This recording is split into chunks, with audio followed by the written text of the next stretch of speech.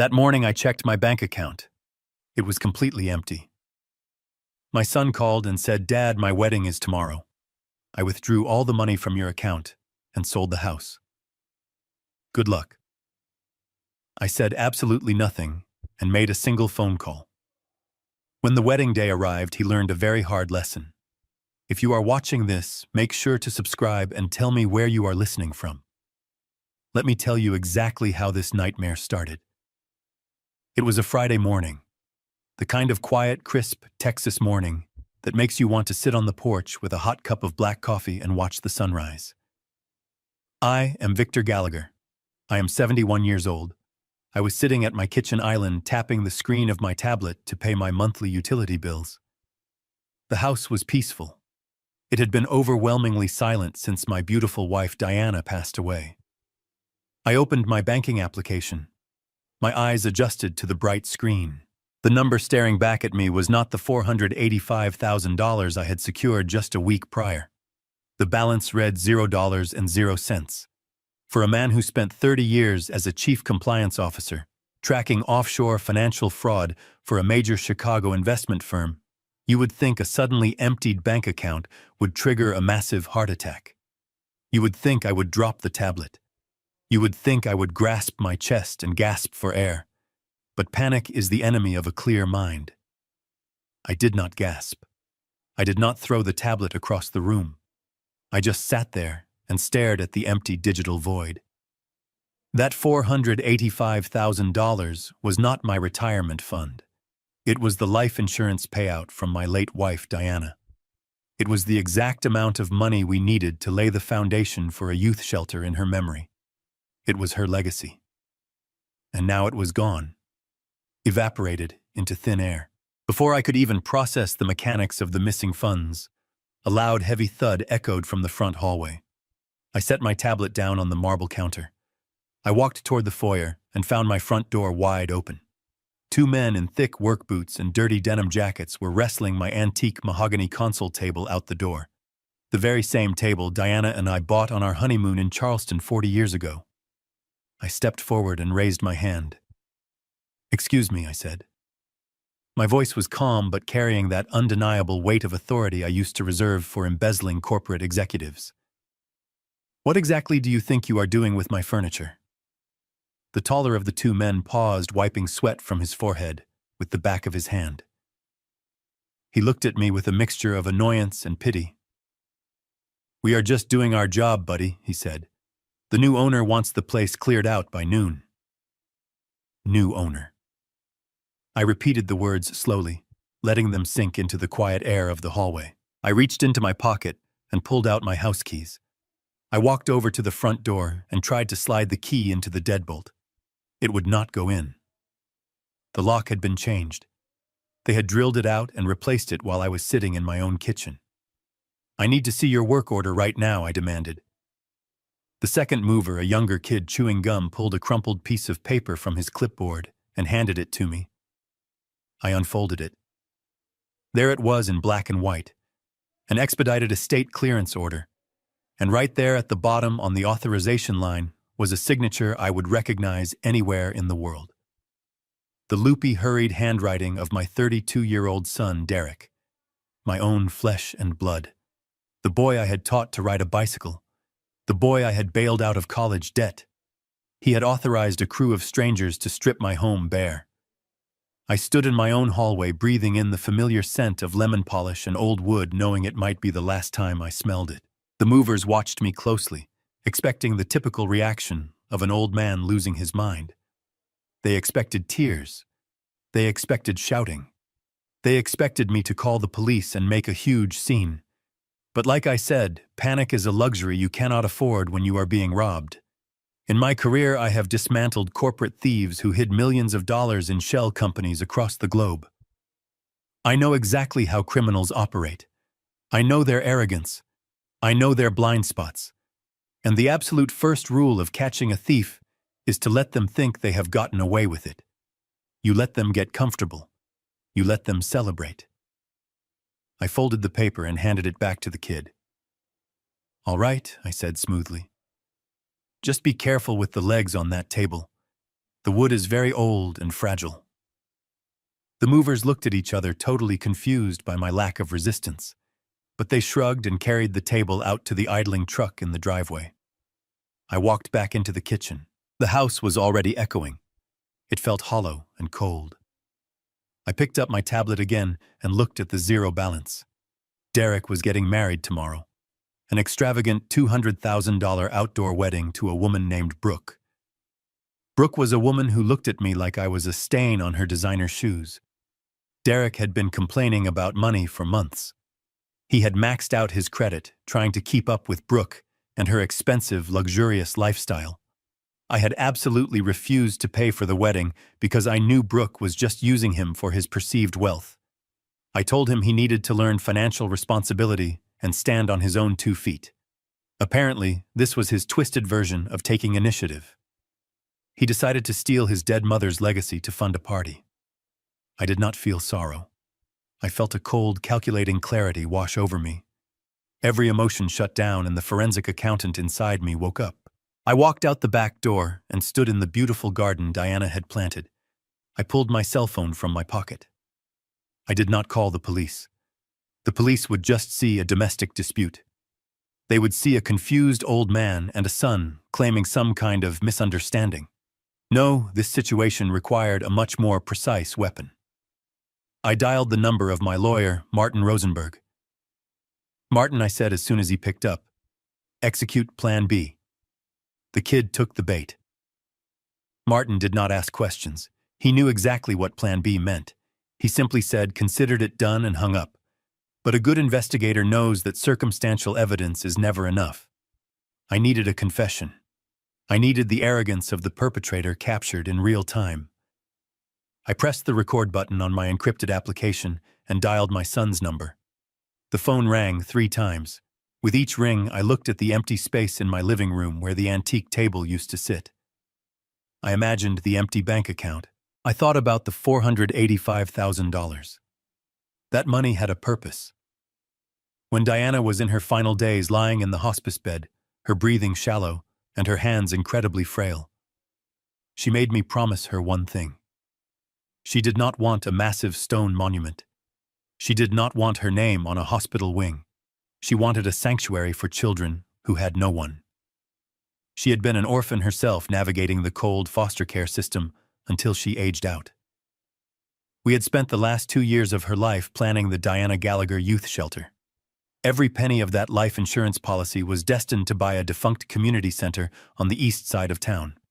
The closing date was supposed to be next month, and now her own son had stolen her final wish to pay for an open bar and a string quartet. The line clicked open. A blast of heavy, thumping bass music immediately assaulted my ear. It was the unmistakable sound of a high-end day party. I could hear the clinking of champagne flutes and the loud, obnoxious laughter of people who had not worked a hard day in their lives. "Hello?"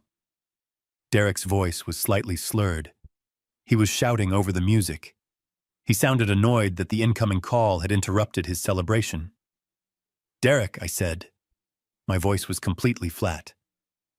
"There are movers in my house taking my furniture, and my primary bank account has been completely drained. Where are you?" There was a pause on the other end. I heard him say something to someone nearby. "Hold my drink, babe." It was Brooke. I could hear her shrill voice in the background asking who was bothering them. "It is just my dad," Derek muttered to her.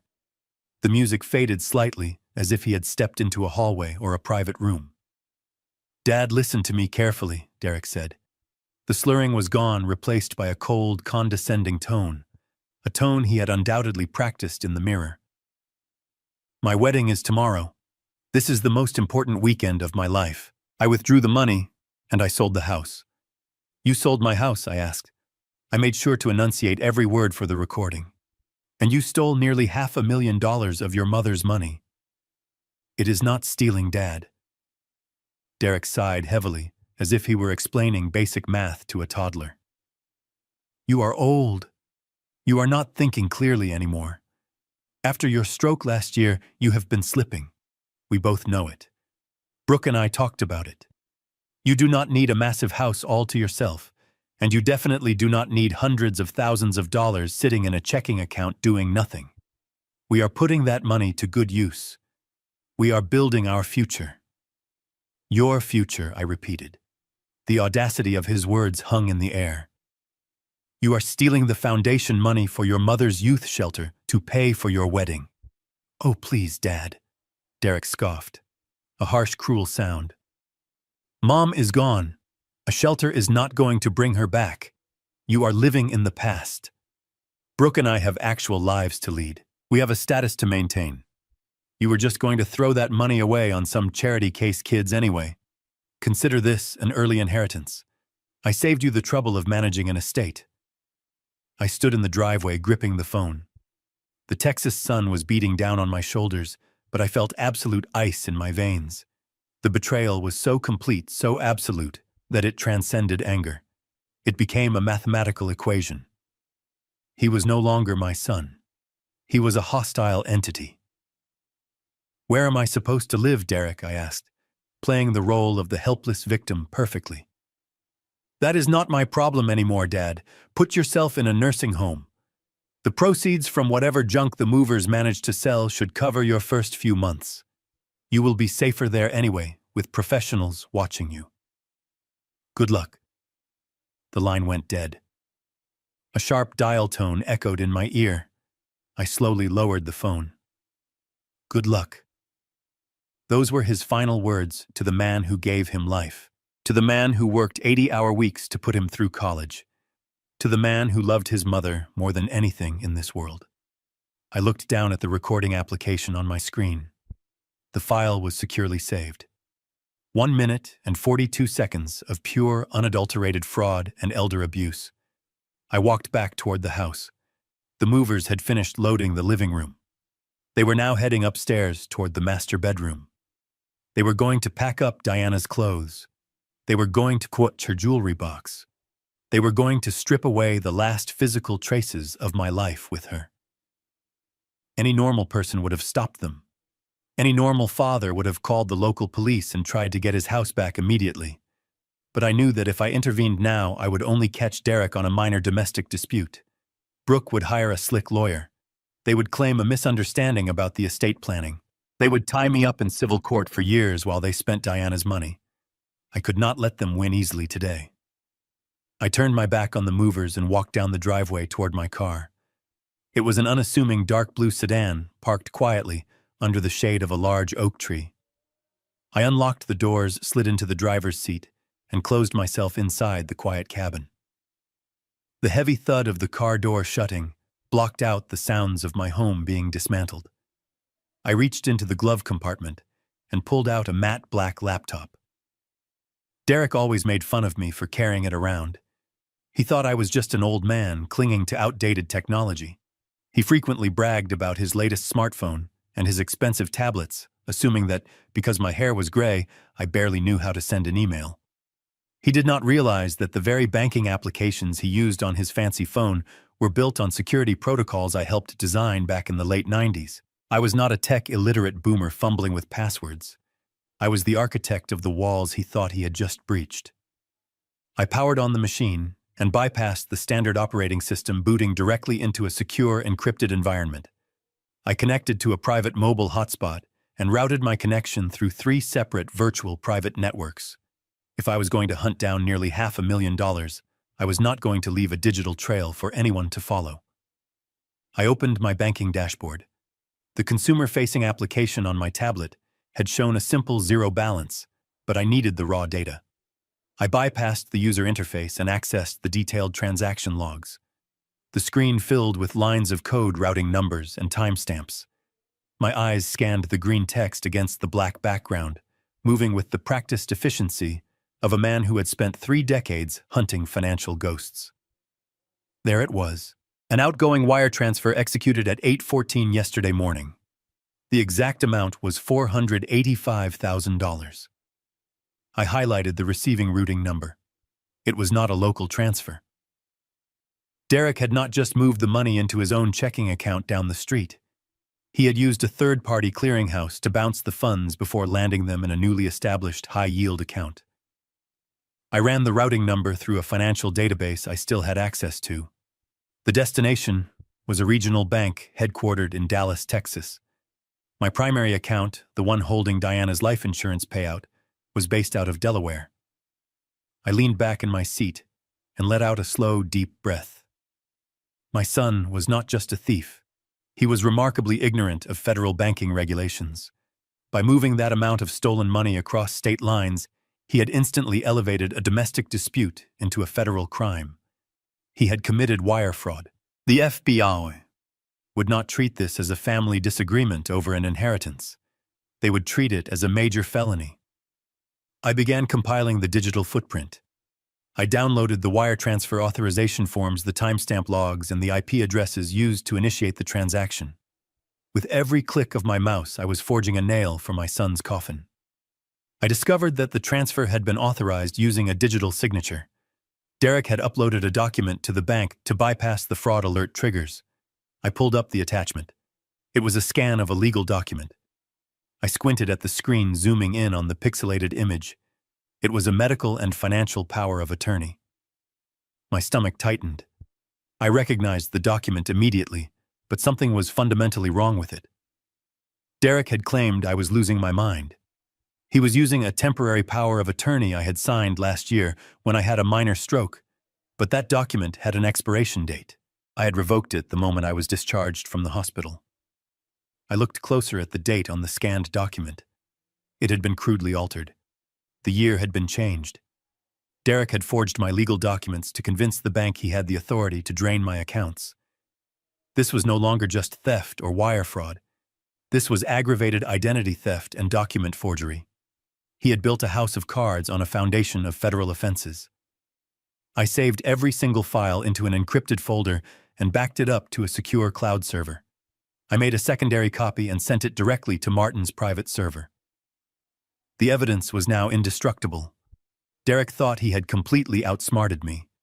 He thought he had outmaneuvered a frail old man who would just cry and accept his fate in a cheap nursing home. He had no idea he had just walked into a trap of his own making.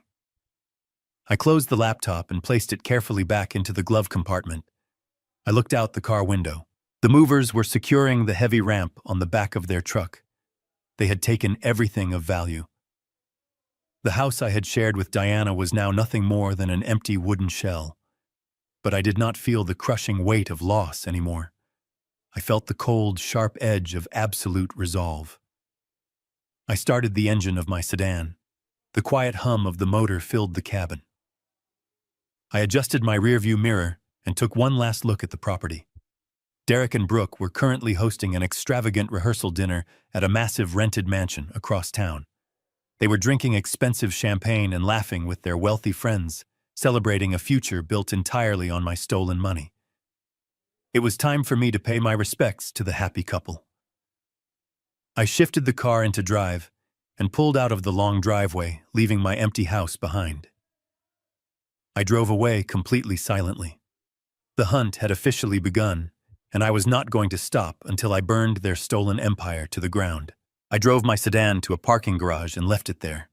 I did not want my familiar car parked outside, giving them advance warning. Instead, I requested a black car through the Uber application.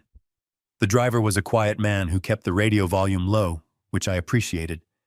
I needed silence to focus on the performance I was about to deliver. The ride to the western hills of Austin took 40 minutes. We pulled up to a massive iron gate. The property was a sprawling modern glass and stone mansion that Derek and Brooke rented for the entire weekend. It was the exaggerated luxury that people with no actual wealth loved to show off. The driver rolled down his window and gave my name to the security guard. Since guests were still arriving, the guard simply nodded and waved us through. We drove up a long, winding driveway lined with imported palm trees and expensive sports cars. I thanked the driver, stepped out of the vehicle, and straightened my casual khaki jacket. I was not dressed for a high society evening.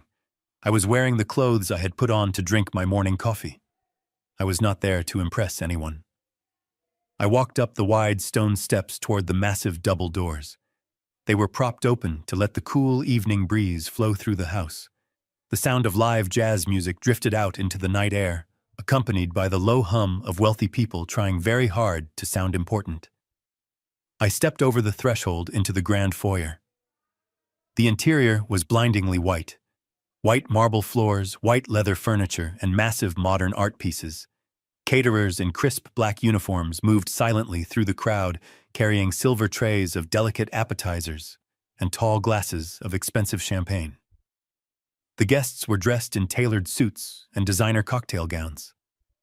I stood near the entryway, letting the sheer arrogance of the room wash over me.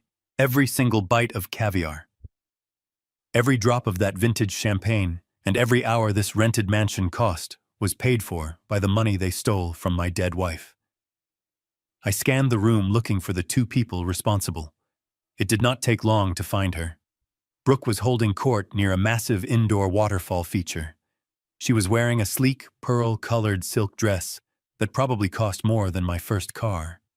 She was laughing loudly at a joke someone had just told, throwing her head back to make sure the photographer hired for the evening captured her perfect angle. As she lowered her glass, her eyes scanned the room and locked onto me. The fake smile on her face completely vanished. It was as if someone had physically struck her. She blinked twice, unable to comprehend how the pathetic old man they had just evicted was standing in the middle of her perfect rehearsal dinner. Her eyes darted around the room, checking to see if any of her wealthy friends had noticed my presence. Satisfied that no one was paying attention to the wrinkled old man by the door, she abruptly excused herself. She handed her half-empty champagne flute to a passing waiter and marched toward me. Her high heels clicked sharply against the marble floor, sounding like a ticking metronome counting down to an explosion. I stood my ground and waited. I let my shoulders slump slightly, and I softened my expression. I needed her to see weakness. I needed her to feel superior so she would make mistakes. Brooke did not stop until she was inches from my face.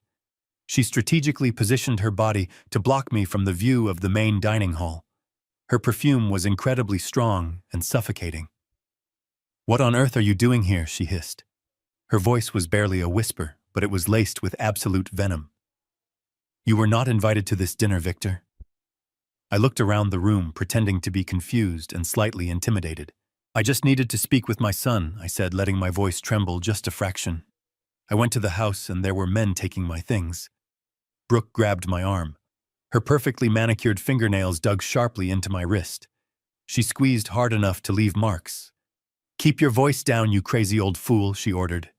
Her eyes were wide with furious panic. "Look at you. You look like a homeless person who wandered off the street. You are wearing dirty khakis at a formal event. You are completely ruining my aesthetic. Do you have any idea who is in that room right now? There are investors and influencers here. My brand depends on this weekend looking flawless." I gently tried to pull my arm away, but her grip tightened. "I do not care about your brand, Brooke," I said, maintaining the facade of a distressed father. "I care about my home. I care about the money Derek took from my account. I have nowhere to sleep tonight." She let out a very short and cruel laugh. "That is exactly why Derek took over your finances, Victor. You are clearly deteriorating. You cannot even dress yourself appropriately for a social gathering, let alone manage hundreds of thousands of dollars. We are doing you a massive favor right now. You need to turn around, walk out that front door, and call a cab. If you cause a scene and embarrass my husband in front of these important people, I swear I will make sure you spend the rest of your pathetic life locked in a state-run mental facility." She leaned in closer so only I could hear her next words. "You have absolutely zero power here, old man. You are completely broke. You are officially homeless, and you are a disgusting stain on this absolutely perfect weekend. Leave right now before I have the private security guards drag you outside and throw you onto the literal street." Before she could summon the guards, a hand firmly grabbed my shoulder. It was Derek. He smelled of expensive cologne and expensive dark scotch. "Brooke is right, Dad," he said, his voice tight with suppressed anger. "You should not be here. But since you are, we need to settle this away from my guests." He did not wait for my response. He tightened his grip on my shoulder and practically dragged me down a long hallway away from the music and the laughter. We entered a private study. It was a heavy room with dark oak-paneled walls and tall, heavy wooden bookshelves that looked like they had never been touched. Derek closed the heavy wooden door behind us, instantly cutting off the sounds of the party. The silence in the room was oppressive. He walked over to a massive mahogany desk and leaned against it, crossing his arms. He looked at me not with the love of a son, but with the cold calculation of a man who was trying to manage a nuisance. I stood near the door, letting my hands shake slightly. I kept my head lowered. "What is this, Derek?" I asked, my voice cracking perfectly. "Why are there men taking your mother's furniture? Why is my bank account empty?" Derek sighed loudly, rubbing the bridge of his nose as if I were giving him a terrible headache. "Dad, we talked about this," he lied smoothly. "Do you really not remember?" My heart hardened, but my physical facade remained that of a confused, vulnerable senior citizen. "Remember what I stammered. I never agreed to sell my home. I never agreed to give you your mother's foundation money." Derek reached into the inner pocket of his tailored suit jacket. He pulled out a folded piece of thick legal paper and tossed it onto the desk between us. "I had to step in, Dad," he said. His tone shifted from angry to mock sympathetic. "You are not well. Ever since your stroke last year, your cognitive decline has been obvious to everyone.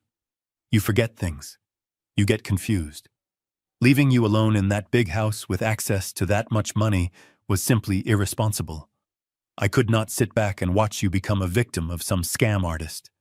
I am your son. It is my job to protect you." I slowly approached the desk. My hands trembled violently as I reached out to pick up the document. It was a copy of a medical and financial power of attorney, the very same document I had seen on my laptop earlier. But holding the physical paper in my hands, feeling the weight of his absolute betrayal made the air in the room feel thick and suffocating. I stared at the black ink on the page. He was using my stroke as his ultimate weapon. My mind drifted back to that terrible week last year. I had collapsed in the kitchen. I woke up 2 days later in a sterile hospital room surrounded by beeping machines. The left side of my body was entirely numb. I was terrified. The nurse had asked me if there was family she could call. I gave her Derek's number. She called him 3 times. He never answered. He did not answer because he and Brooke were on a beach in Cabo San Lucas drinking margaritas.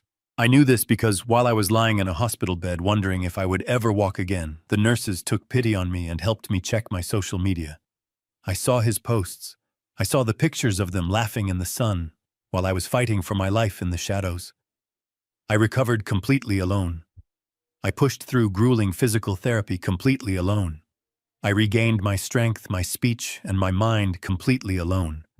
And now he was standing in front of me dressed in a tuxedo paid for with my money, using the very illness he ignored to declare me incompetent. "It is all completely legal, Dad," Derek said, watching me stare blankly at the paper. "You signed it yourself. The doctors agreed that you needed supervision. I transferred the funds into a secure trust that I currently manage.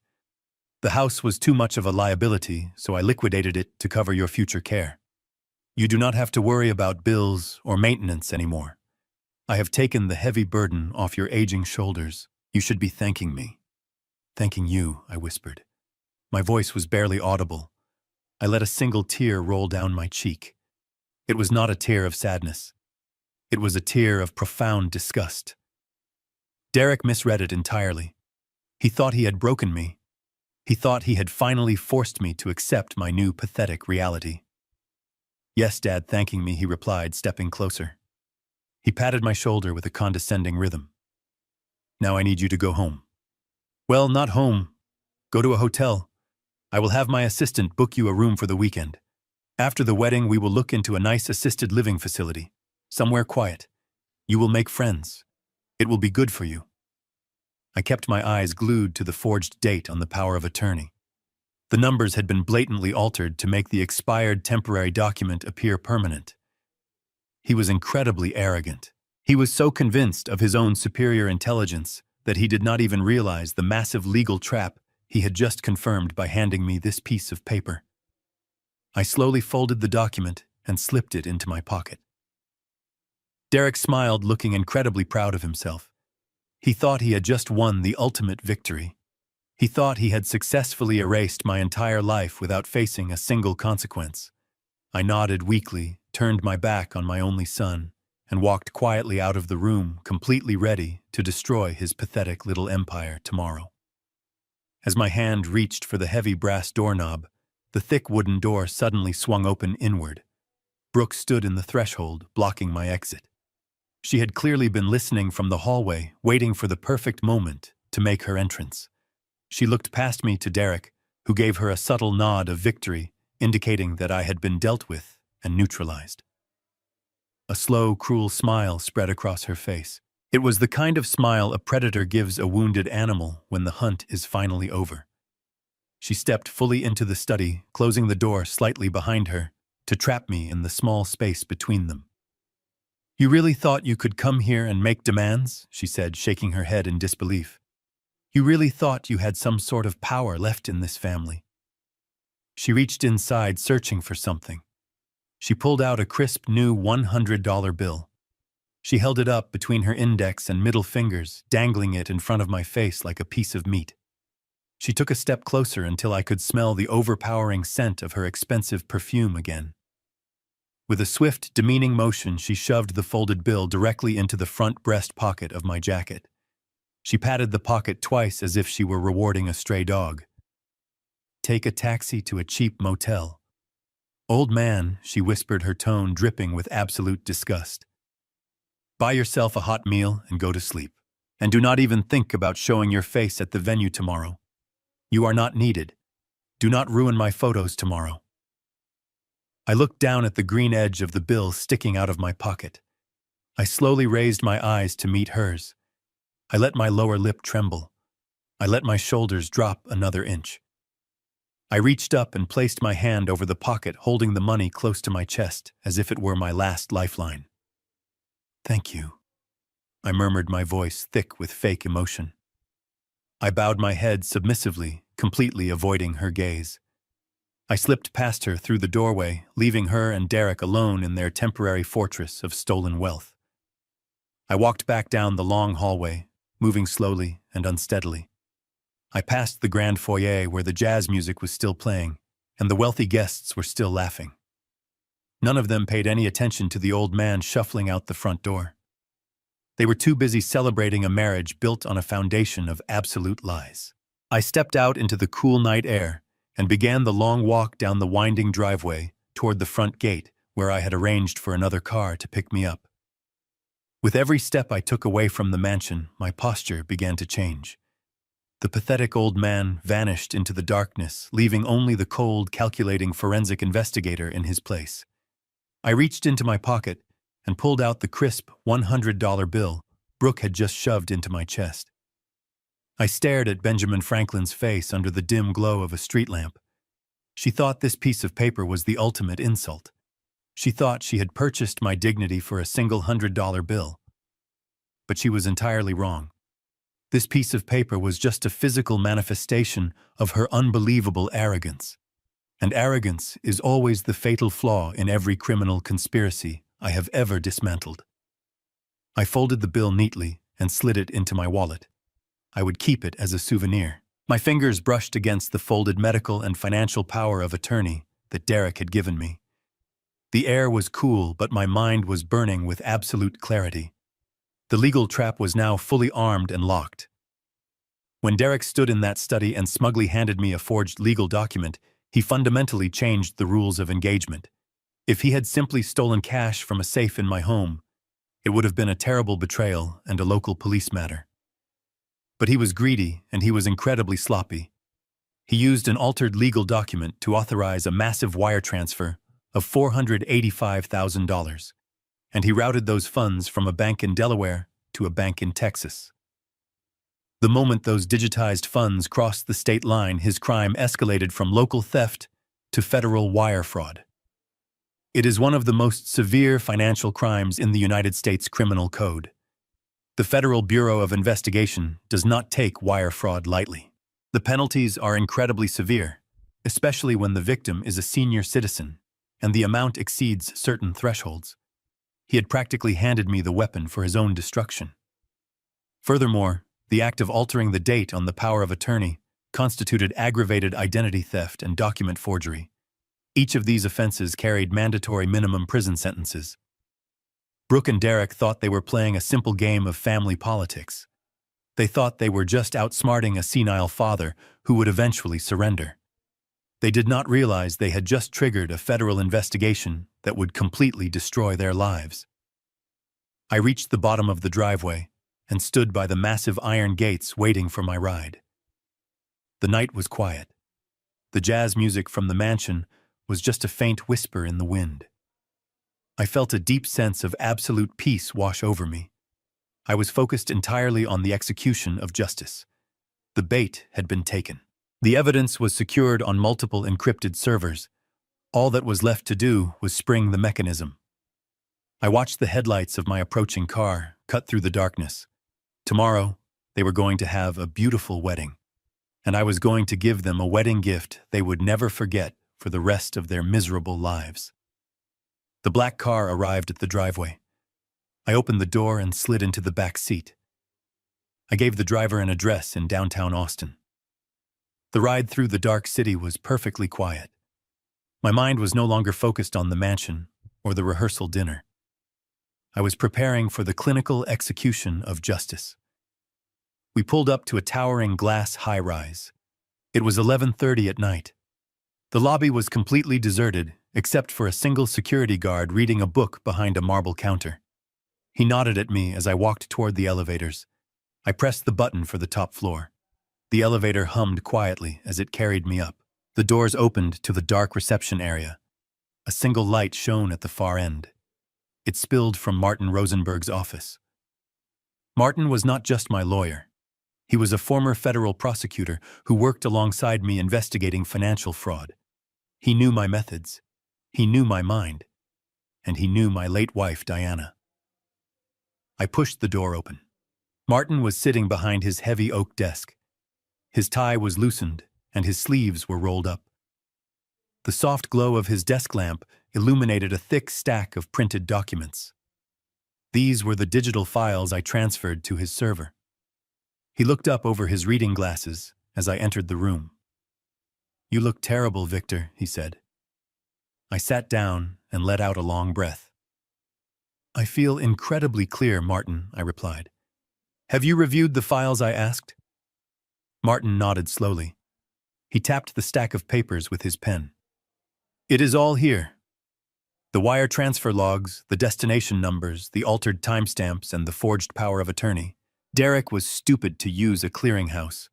He left a digital trail a mile wide. I spent the last 3 hours drafting the official report for the Federal Bureau of Investigation. I have also prepared the emergency injunctions to freeze the receiving accounts in Dallas.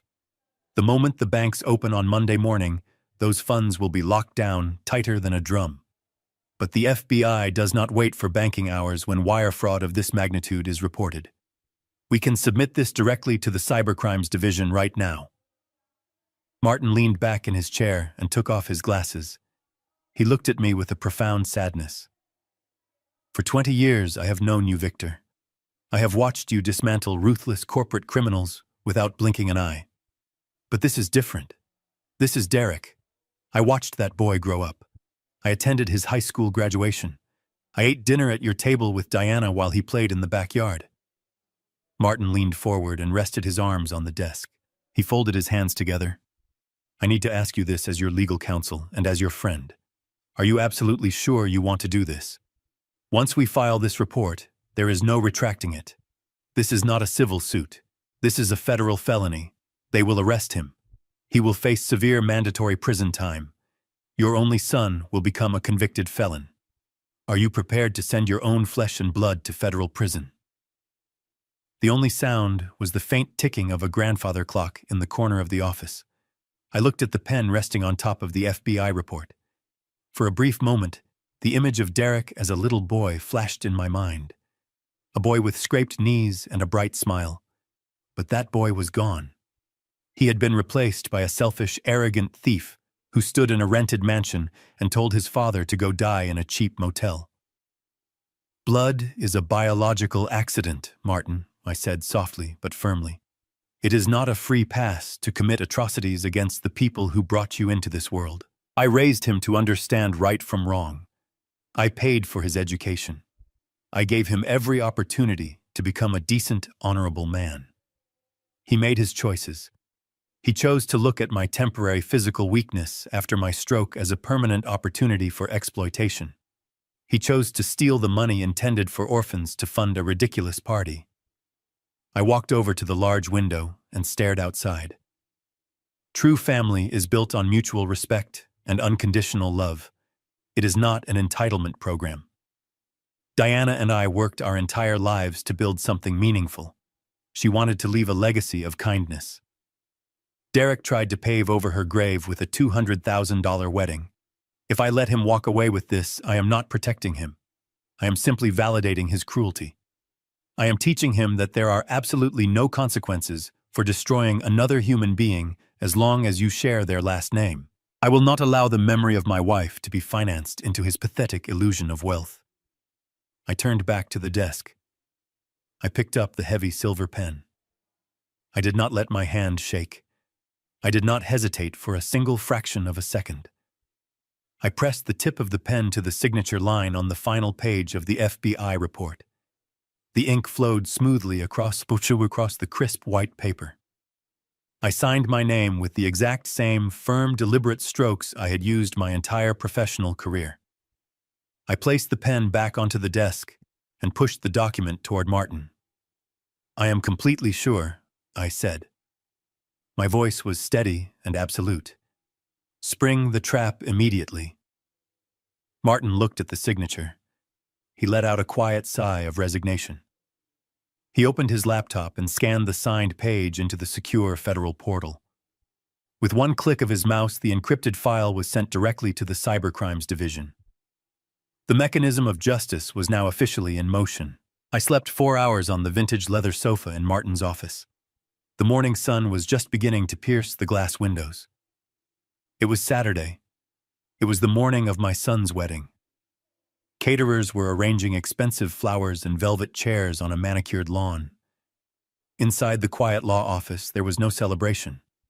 There was only stale coffee and the hum of computer servers.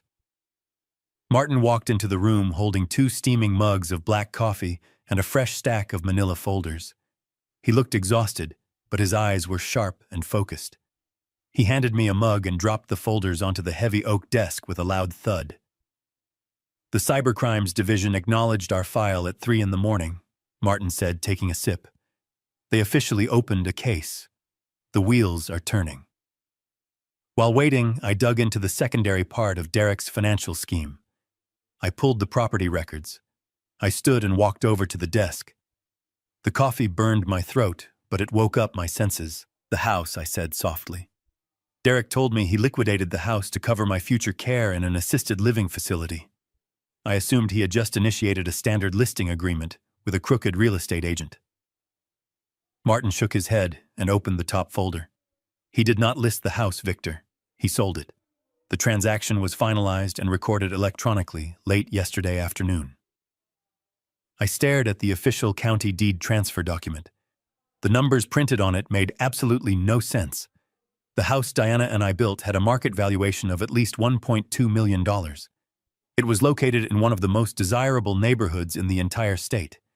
But the sale price listed on the deed was exactly $600,000, half of its actual value. I traced my finger over the printed numbers.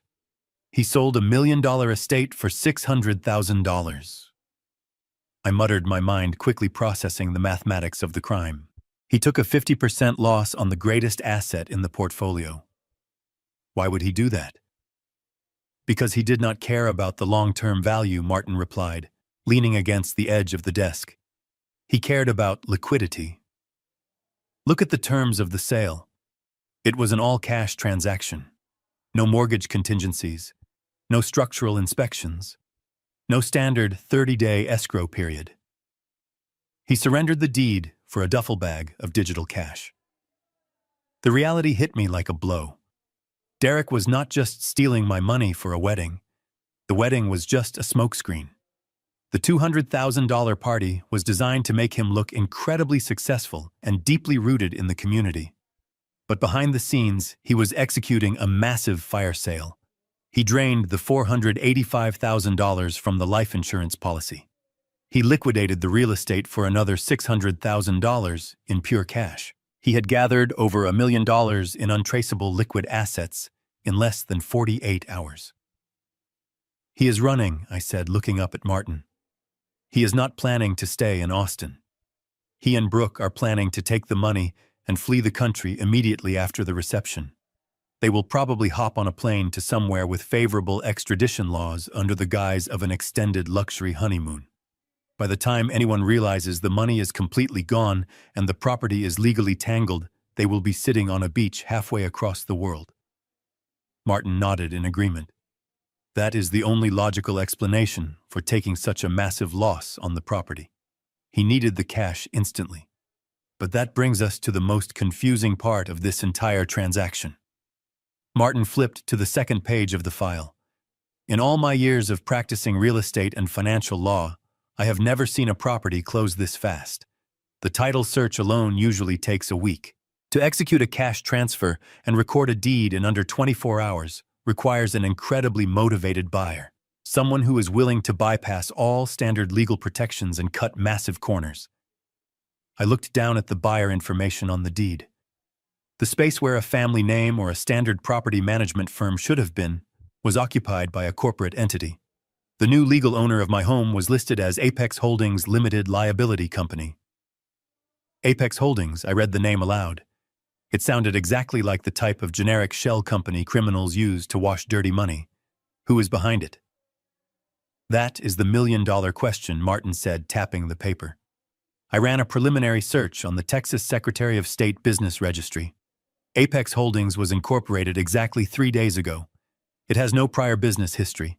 It has no listed physical office address other than a generic post office box in a strip mall.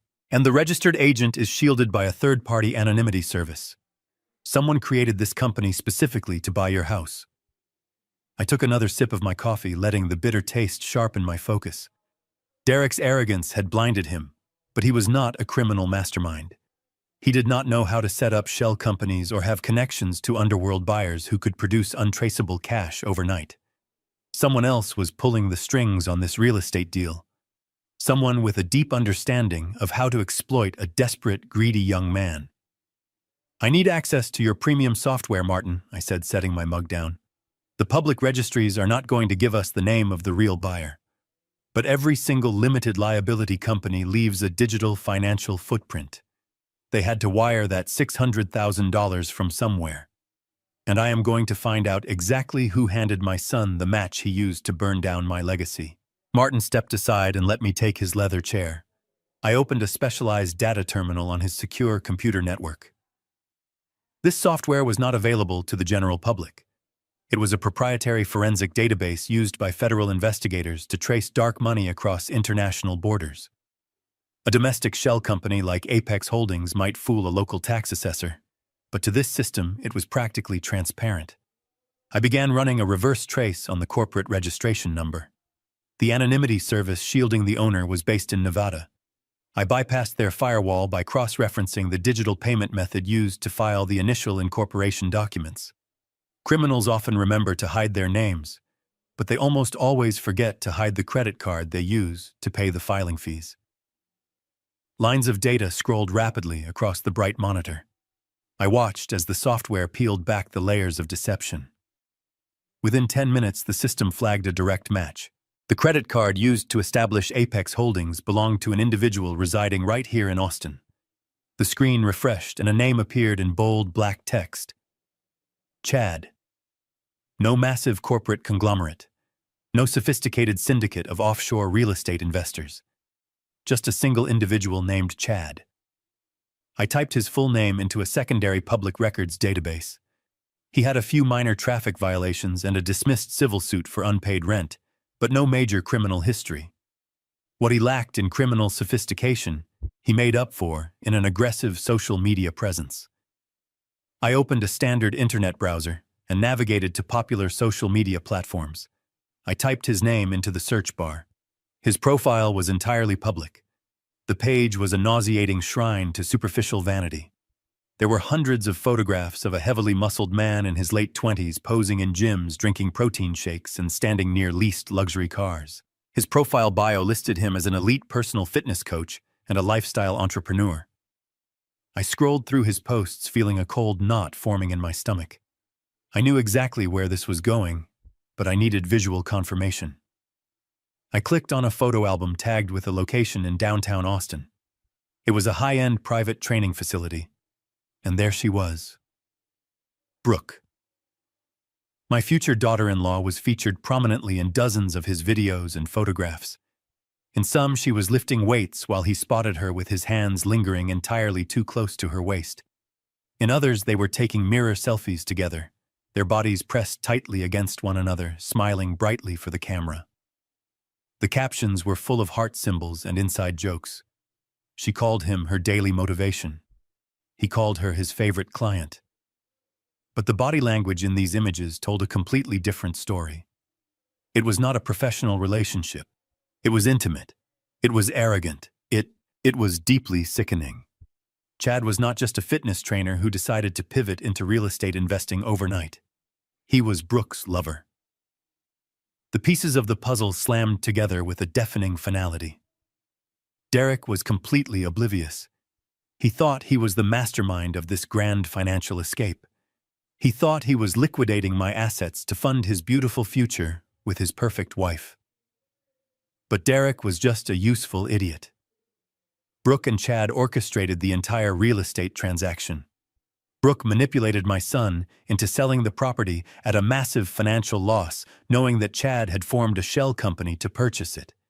They were using Derek's own greed to rob him blind. Once the wedding was completely over, and Derek was left holding the bag for the federal wire fraud, Brooke and Chad would take all the cash, the house, and disappear. I pushed the chair back and stood up from the desk. My hands were shaking, but not from weakness. It was a physical reaction to the sheer magnitude of the disrespect. I walked over to the window and looked out at the city skyline. I closed my eyes and thought about my house. It was not just a building constructed from wood and stone. When Diana and I bought that plot of land 40 years ago, we could not afford to hire a massive construction crew.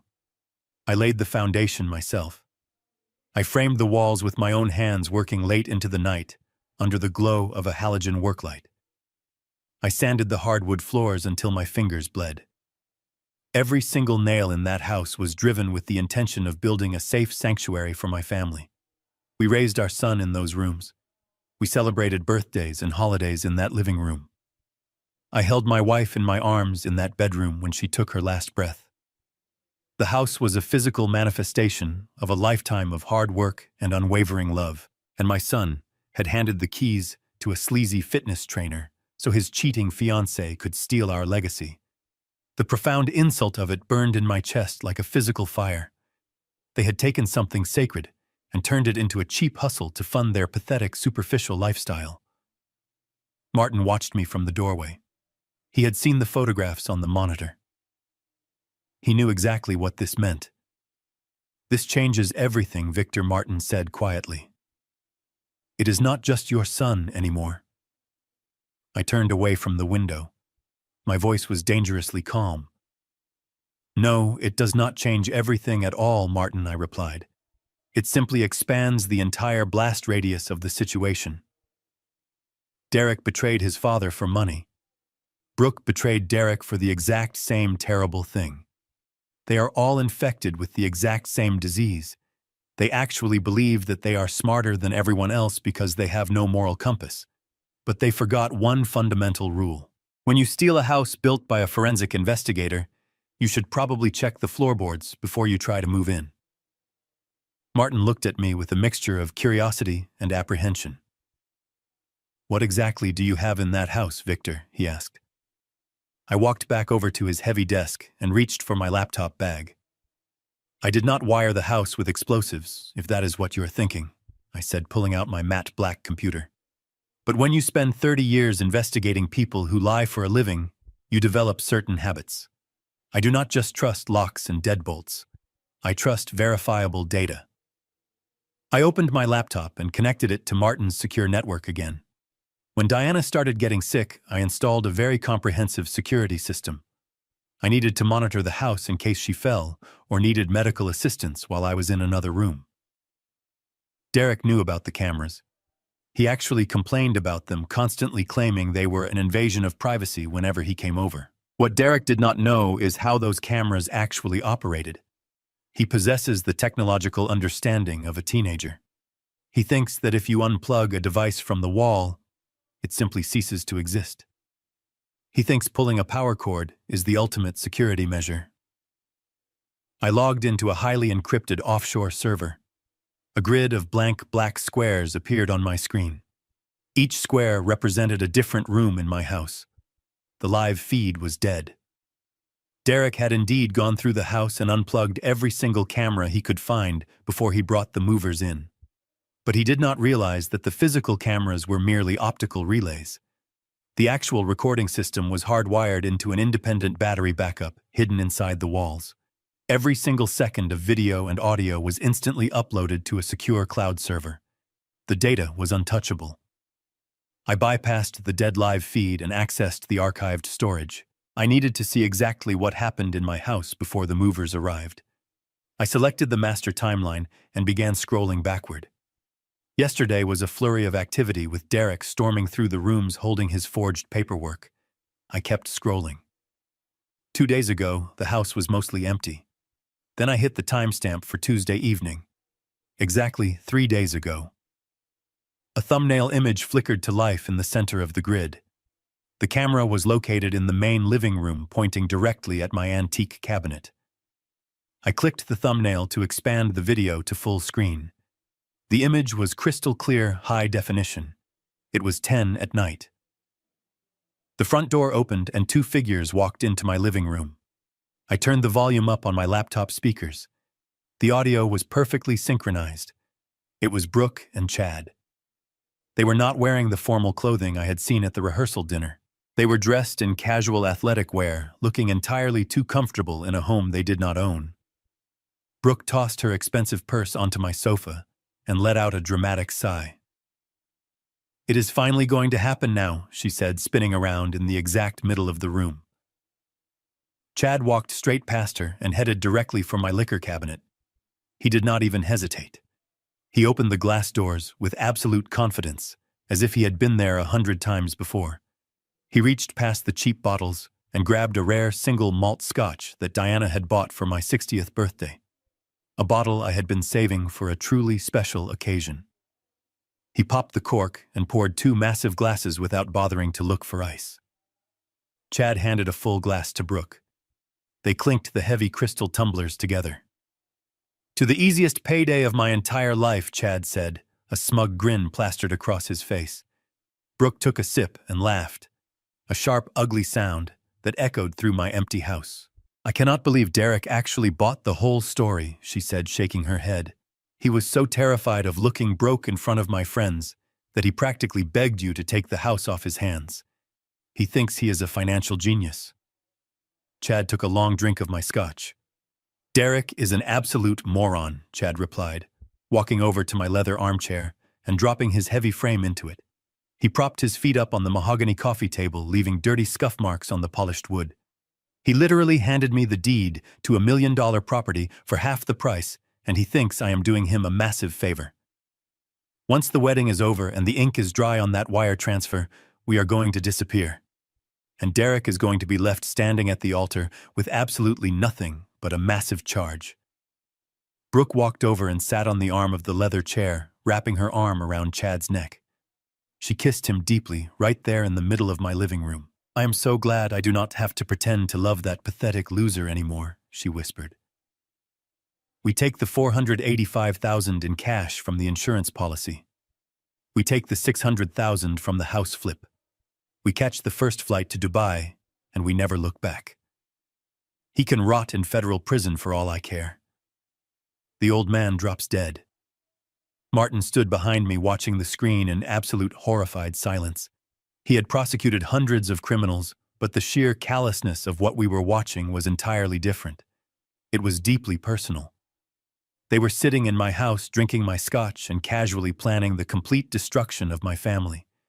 I did not feel angry. I felt an incredible, terrifying calm.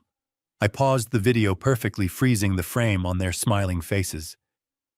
"The digital cloud does not lie, Martin," I said softly. I leaned back in the chair and closed the laptop. The evidence was absolutely flawless now. I pressed the spacebar on the keyboard, and the high-resolution video feed resumed playing immediately. On the screen, Brooke pulled away from Chad and walked over to my dining table. She ran her hand along the polished wood surface, leaving a faint smudge on the finish. She turned back to Chad with a wicked gleam in her eyes. "The best part of this entire plan is how completely insulated we are," she said. Her voice was crystal clear. "Derek is the one who took his father's medical records to that shady notary. Derek is the one who actually signed the forged power of attorney. He is the one who marched into the bank and authorized the wire transfer. My name is not on any paper. If the federal investigators ever catch on, they are going to look straight at the son who came into massive cash before the wedding. He is the perfect shield." Chad laughed, taking another gulp of my vintage scotch. He walked slowly over to the table to join her. "And my name is completely buried behind 3 layers of corporate anonymity," he added. "Apex Holdings will transfer the real estate deed to an overseas buyer by Monday morning. The $600,000 will be washed through offshore accounts before the old man even realizes his locks are changed. We take the $485,000 from the life insurance policy that Derek deposited into the joint account. We drain it all tomorrow night while he is dancing at the reception. We leave his phone in the hotel suite. Our flight to Dubai boards at 2 in the morning. By the time Derek wakes up on Sunday, he will be completely broke, wifeless, and staring down the barrel of a federal indictment." Brooke smiled a smile so incredibly cold and completely devoid of human empathy. She raised her heavy crystal glass high in the air. To Derek, she mocked. "The most gullible groom in the history of the world." They clinked their glasses together again. I watched my future daughter-in-law and her personal trainer casually map out the absolute destruction of my only son. Derek had betrayed me, but he was doing it out of a desire to please a woman who viewed him as a temporary financial stepping stone. He thought he was stealing my legacy to build a life with her. He was digging his own grave and paying for the shovels. I felt a wave of pity for the boy. Not forgiveness, but pity. He was incredibly foolish, and he was about to pay a terrible price for his arrogance. I reached for the mouse and stopped the video playback.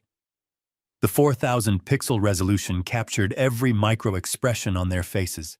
The audio was pristine. A defense attorney could never argue that this was a deep fake. It was a direct, explicit confession of criminal conspiracy, wire fraud, and planned evasion of justice. I opened an encrypted protocol. I highlighted the video file and the isolated audio track. With a few deliberate keystrokes, I began the download process. A green progress bar appeared on the screen, slowly inching toward completion. I mirrored the download simultaneously, sending a direct copy to Martin's secure legal server and another copy to an offline physical drive I kept in my briefcase. Martin stood perfectly still behind me. His breathing was incredibly heavy and deliberate. "In all my years in the justice system, I have never seen a conspiracy laid out so plainly," he whispered. "They are not just thieves. They are sociopaths.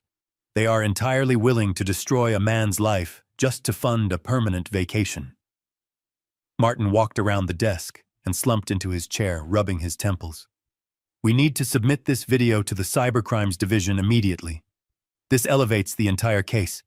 It is no longer just your son committing wire fraud. This is a multi-person criminal syndicate executing a coordinated strike against a vulnerable target. The Federal Bureau of Investigation will bring the hammer down on all of them. They will intercept Brooke and Chad at the airport before they ever set foot on that plane to Dubai." I watched the green download bar hit 100%. The files were locked and secured. I quietly closed the remote access window to my hidden home security system. "No, Martin," I said calmly. "We are not giving this video to the authorities just yet." Martin looked at me in shock. "Victor, you have the smoking gun right here. Why would you withhold this from the federal agents?" Federal agents operate on a bureaucratic timeline, I explained. They will open a case file. They will assign investigators. They will eventually issue formal subpoenas. By the time they actually move to arrest anyone, the wedding will be over. The damage to my family name will be public and permanent. I do not want them quietly arrested in an airport terminal in the middle of the night. I want them to face the absolute maximum consequence at the exact height of their arrogance. I packed my laptop back into its protective case and secured it inside my bag. I stood up and looked directly at Martin. Derek truly thought he could easily discard me. Brooke thought she could use my son to rob me blind. They both thought they were the smartest people in the room. But I built a career on exposing people who thought they were invincible. I am going to let them put on their expensive clothes. I am going to let them stand in front of their wealthy friends. I am going to let them believe that they have won. And then I am going to tear their entire world apart piece by piece. But before we do that, we need to answer one final question about Chad. Where exactly did a local fitness trainer get $600,000 in cash to buy my house? Martin slowly sank back into his heavy leather chair and pulled the keyboard toward him. That is the exact detail that has been bothering me since I first looked at this file, he said, while typing a rapid series of commands. Personal trainers do not typically have $500,000 of liquid capital sitting in a standard checking account, ready to deploy on a moment's notice. Even a legitimate hard money lender would require a property appraisal and at least 48 hours to underwrite a loan of that size. Chad had to get this cash from a source that completely bypasses the traditional banking sector. A source that does not ask questions and operates strictly in the shadows. I walked around the desk and stood behind his shoulder watching the screen as the forensic software dug into the origin of the $600,000 deposit into the Apex Holdings account. The money did not come from a traditional retail bank. It originated from a small private commercial lending firm located in a dilapidated industrial park just outside the city limits. Martin highlighted the name of the firm. Silver State Financial Services. Do you know them? I asked. Martin let out a low whistle that sounded incredibly strained. I know exactly who they are, Victor, and it makes this entire situation exponentially more volatile. Silver State Financial Services is not a real lending institution. It is a known front company for a very dangerous local syndicate. They operate a massive illegal loan sharking ring, disguised as a high-risk commercial venture capital group. The district attorney has been trying to build a racketeering case against them for 5 years, but they are incredibly violent, and their victims are always entirely too terrified to testify. They provide immediate massive cash loans to desperate people who cannot secure traditional financing.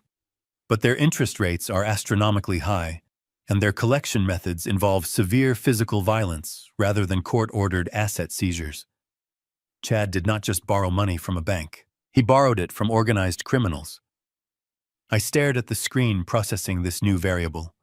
Why would a fitness trainer risk his life taking money from a violent syndicate, I asked. Martin tapped his finger against the monitor. Because of the massive profit margins, he explained to me. Chad knew your house was worth over $1 million. He knew Derek was desperate to sell it quickly for $600,000. Chad went to the syndicate and promised them a massive return on a short-term loan. He took their $600,000 and used it to buy the property through his shell company. He probably told the syndicate he would flip the house on the open market next week for its true value of $1.2 million. He would pay back the principal plus an exorbitant amount of interest and still walk away with hundreds of thousands of dollars in pure profit. It was a guaranteed win in his mind. He and Brooke would take the house profit, adds it to the $485,000 they stole from your checking account, and disappear to Dubai before the syndicate even realized they were gone.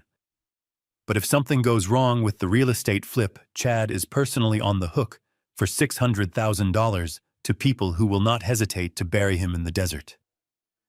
The silence in the law office felt heavy and thick. Martin looked up at me, his face pale and tight with genuine concern. Victor, you need to understand the absolute gravity of this situation. If Chad defaults on this loan because we freeze his assets, the syndicate will hunt him down. They will also look for anyone associated with him, including Brooke and potentially your son.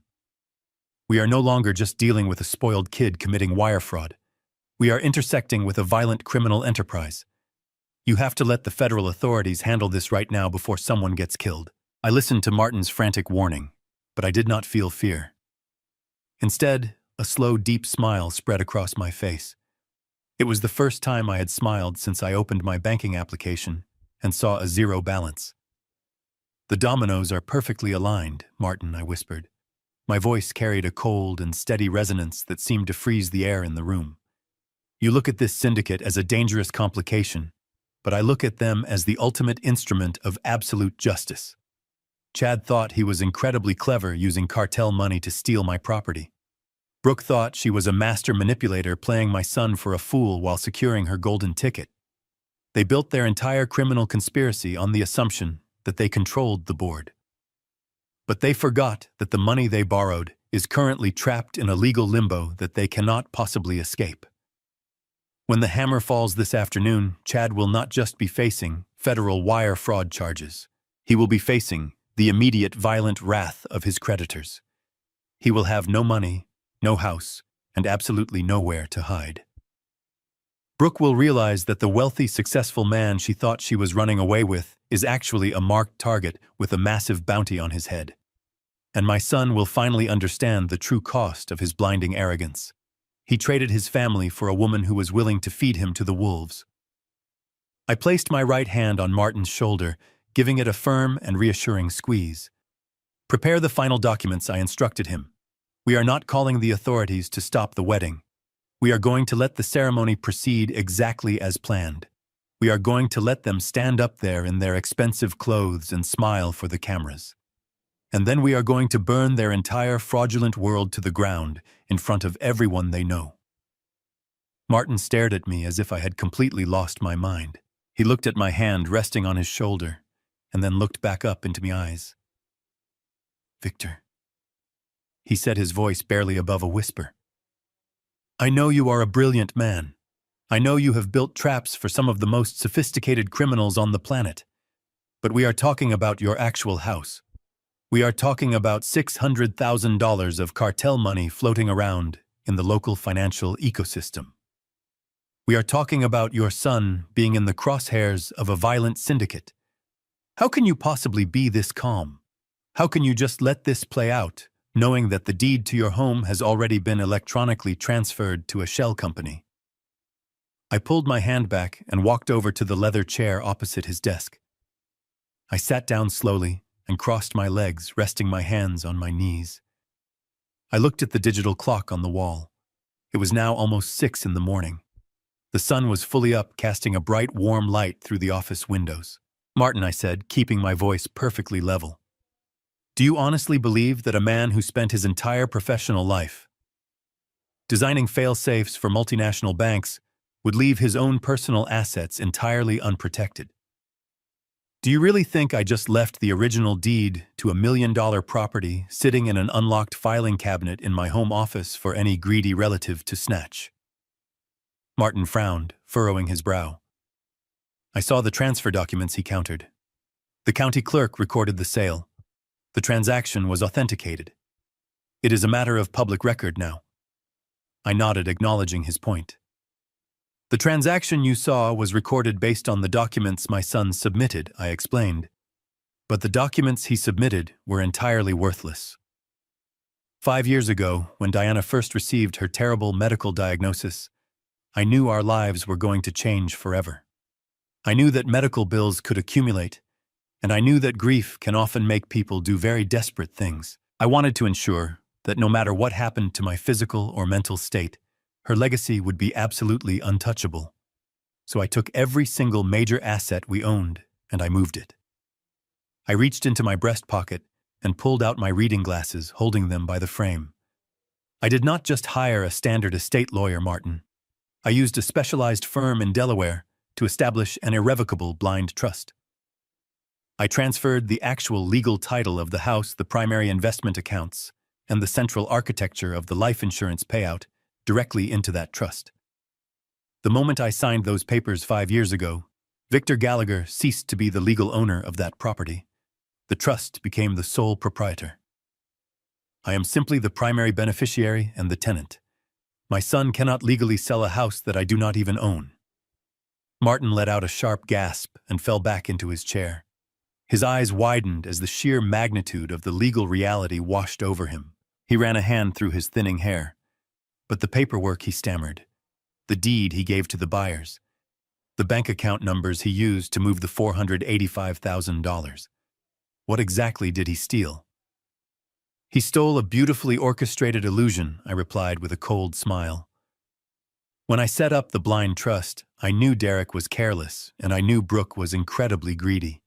I anticipated that someday someone might try to pressure me or take advantage of my old age, so I left a trail of dummy documents in the house. The deed Derek found in my desk was a highly accurate replica of the original document from before the trust was formed. The bank account he drained was a superficial holding account. It looks real, it functions like a real account for small daily transactions, but it does not hold the actual principle of my wealth. It is a digital honeypot designed to trigger massive internal alarms the second a withdrawal exceeds a certain threshold. Derek thought he was executing the perfect crime. I continued, leaning forward. He thought he outsmarted his frail old father. But legally speaking, he committed multiple federal felonies to sell a piece of paper that has absolutely zero legal standing. The county clerk recorded the sale yesterday afternoon because the forged signatures looked legitimate on a surface level. But when the title insurance company attempts to verify the deep chain of ownership on Monday morning, the entire transaction will bounce back as completely fraudulent. The property transfer will be automatically nullified by the state. Martin began to laugh. It was a low, disbelieving chuckle that slowly grew into a genuine expression of absolute awe. He shook his head, staring at me as if seeing me for the very first time. "You let him sell a fake house to a real loan shark," he said, his voice filled with a mixture of terror and profound respect. "You let Chad take $600,000 of extremely dangerous cartel money and hand it over for a forged piece of worthless paper." "Exactly," I said, my smile widening just a fraction. "Derek sold a house he had zero legal claim to. Apex Holdings bought an illusion. And because the dummy bank account Derek used to receive that $600,000 is tied to the restricted blind trust security system, that money is now completely frozen by automatic federal banking protocols. Chad cannot get the money back. Derek cannot access the money to run away. Brooke will find out she is marrying a man who is not only completely broke, but is also about to be indicted for wire fraud. They are all trapped in a cage of their own making, and the loan sharks hold the key." Martin turned back to his computer monitor to verify my claim. His fingers flew across the keyboard as he accessed the back end of the holding account where the funds had been deposited. The screen illuminated his face with a pale blue light. He navigated through the secure financial portal, bypassing the surface-level ledger that Derek had seen. When he reached the core transaction history, his mouth parted in silent astonishment. Right there on the screen was the inbound transfer of $600,000 from Apex Holdings. But the text was not printed in the standard green font that indicated available liquid funds. It was highlighted in a bold, glaring red block. Across the status bar read a very specific sequence of words: unauthorized external deposit pending federal fraud review, account frozen. I walked over and looked over his shoulder at the glowing red text. "I designed that specific security protocol myself," I explained to him. "I call it the escrow devourer. When a standard checking account suddenly receives a massive influx of cash that does not align with its historical financial profile, a normal bank might just flag it for a manual phone call to the account holder. But this account is directly tethered to the blind trust. The trust operates under strict corporate compliance regulations. The moment Chad initiated that wire transfer, the system automatically identified the incoming funds as a severe anomaly. It did not reject the transfer and send the money back to Chad. That would have given him a chance to recover. Instead, the system accepted the deposit and immediately swallowed it whole, locking it inside a federal holding vault." Martin traced the red block of text with his finger. "The money is effectively paralyzed," he said. Because the transaction triggered a fraud review, the bank will not release these funds without a full-scale investigation. And since the money originated from a shell company funded by an illegal syndicate, nobody is going to step forward to officially claim it. If Chad tries to call the bank to reverse the wire transfer, they will demand proof of the underlying real estate contract. When they run the title check, they will discover the deed he bought from Derek is a complete forgery. If he pushes the issue, he will be confessing to federal crimes over a recorded bank line. He cannot go forward, and he cannot go backward. He is entirely financially immobilized. I imagined Chad waking up in his expensive downtown apartment this morning. He probably stretched his heavily tattooed arms and smiled, thinking about the beautiful future he had planned with my future daughter-in-law. He probably opened his laptop expecting to see a confirmed property transfer and a clear path to his overseas escape. Instead, he is going to find a digital brick wall. He does not own a $1 million house. He owns a worthless piece of counterfeit paper. The $600,000 he borrowed from violent criminals is completely gone, trapped in a bureaucratic nightmare that he can never legally challenge.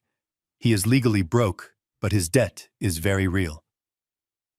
The people who run Silver State Financial Services do not care about banking protocols. They do not care about blind trusts or federal fraud reviews. When they handed over that duffel bag of digital cash, they expected a massive return on their investment by next week. They operate on absolute terror and strict deadlines. When Chad fails to produce the title to the house and fails to return their initial principal, they will not file a civil lawsuit in a downtown courthouse. They will send men to his gym. They will send men to his apartment. They will tear his life apart looking for their money. He thought he was playing a brilliant game of real estate flipping, but he was actually walking blindfolded into a minefield. And the most poetic part of this entire situation is that Chad cannot tell Brooke what has happened. If he admits that the money is trapped and the house is a fake, she will instantly realize that her golden ticket has evaporated. She is a parasite who only attaches herself to a wealthy host. Without the cash, Chad is completely useless to her. He knows this. He will try to hide the panic. He will try to pretend everything is going exactly according to their master plan. He will put on his tailored suit, and he will dram to my son's wedding, carrying the crushing weight of a massive syndicate debt on his shoulders. He will stand in the crowd, sweating profusely, waiting for an opportunity to magically fix an unfixable disaster. Martin leaned back and rubbed his tired eyes. We have armed a bomb and locked them all in the room with it. What do we do now? Do we just wait for the syndicate to figure it out? I stepped away from the desk and walked toward the door of the office. We have spent the entire night gathering the ultimate proof of their unforgivable crimes. The digital trap has successfully closed around them with absolute perfection. No, I replied, picking up my jacket. We are not going to leave this to chance. I have absolutely no intention of hiding in the shadows while they enjoy a luxurious party funded by my stolen legacy. They must face the brutal consequences of their terrible decisions in front of everyone they know. The wedding ceremony begins at 4 o'clock this afternoon at that ridiculous outdoor estate. They are going to serve expensive food and play beautiful music. They are going to celebrate a union built on the total destruction of my family. I am going to go home, change into my best suit, and attend my only son's wedding. I want a front row seat when the realization of what they have done finally washes over them. I want to look directly into their eyes when the walls collapse. I left Martin's law office shortly after sunrise and allowed myself a few hours of much-needed rest at his private downtown apartment. The morning had been a whirlwind of digital forensic work and legal preparation, but the afternoon required a completely different kind of focus. It was now exactly 3 in the afternoon. The extravagant outdoor wedding ceremony was scheduled to begin at 4. I stood in the center of Martin's opulent guest bathroom, staring directly into the large, brightly lit mirror over the marble sink. The face looking back at me was no longer the face of a confused and defeated senior citizen. The exhaustion of the previous night had completely vanished, replaced by a cold and hardened resolve. I turned the brass handle and let the hot water run, splashing it over my face to wash away the last lingering traces of the frail old man I had pretended to be. That pathetic character had served his purpose perfectly. He had drawn out the sheer arrogance of my enemies and convinced them to spring their own traps. But that man was dead now. I walked into the adjoining bedroom, where a heavy garment bag was laying across the freshly made bed. Before the movers had completely stripped my home the previous morning, I had quietly packed a single travel bag with a few essential items. Inside that bag was the armor I needed for today. I unzipped the dark canvas slowly and carefully extracted a custom-tailored, charcoal gray Tom Ford suit. I had purchased this exact suit 5 years ago for my official corporate retirement party. It was the suit I wore when the board of directors stood and applauded my 3 decades of ruthlessly dismantling financial criminals. The fabric was immaculate, and the cut was dangerously sharp. I slipped into the crisp white dress shirt, buttoning it with steady and deliberate fingers. I fastened the platinum cufflinks Diana had given me on our 20th wedding anniversary. They felt heavy and cold against my wrists, serving as a physical reminder of exactly why I was doing this. I pulled the tailored trousers on and slid my arms into the heavy silk-lined jacket. The fit was absolutely perfect.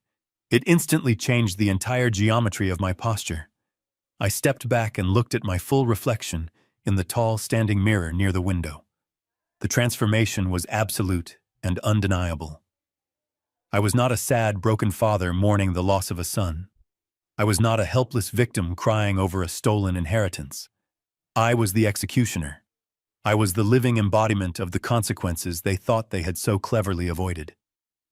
I adjusted my silk tie, making sure the knot was perfectly symmetrical. I checked my inner breast pocket to ensure I had my phone, which contained the high-definition video and the isolated audio files. I also reached into my wallet and pulled out the crisp $100 bill that Brooke had shoved into my chest the night before. I folded it neatly and placed it into the front pocket of my trousers. I wanted it close at hand for the grand finale. I picked up my dark sunglasses and my heavy silver watch, securing it tightly around my left wrist. I took one final deep breath, filling my lungs with the cool, air-conditioned breeze of the room. I was entirely ready for war. I walked out of the apartment building and stepped into the bright afternoon sun. A massive black luxury sport utility vehicle was idling quietly at the curb. Martin was sitting in the driver's seat, wearing a sharp navy suit of his own. He looked like a federal agent preparing for a massive dawn raid. I opened the heavy passenger door and climbed inside the spacious leather cabin. The doors locked with a solid and reassuring click. Martin put the vehicle into drive, and we pulled smoothly away from the curb, merging into the steady flow of weekend traffic. We did not speak. There was absolutely no need for words anymore. The plan was set in stone, and the evidence was entirely bulletproof. We drove out of the dense city center and headed toward the rolling hills of the western suburbs, where the $200,000 estate was located. I watched the expensive neighborhoods roll past my tinted window. Derek and Brooke were probably taking their pre-wedding photographs right now.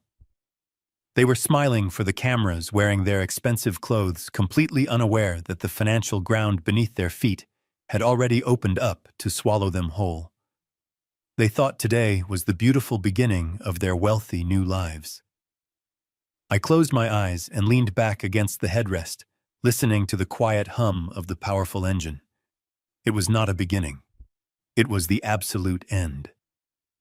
I thought about the vows they were preparing to recite to one another. They were going to stand in front of a priest and promise to love and cherish each other forever. But their entire relationship was a carefully constructed lie built on a foundation of stolen money and profound betrayal.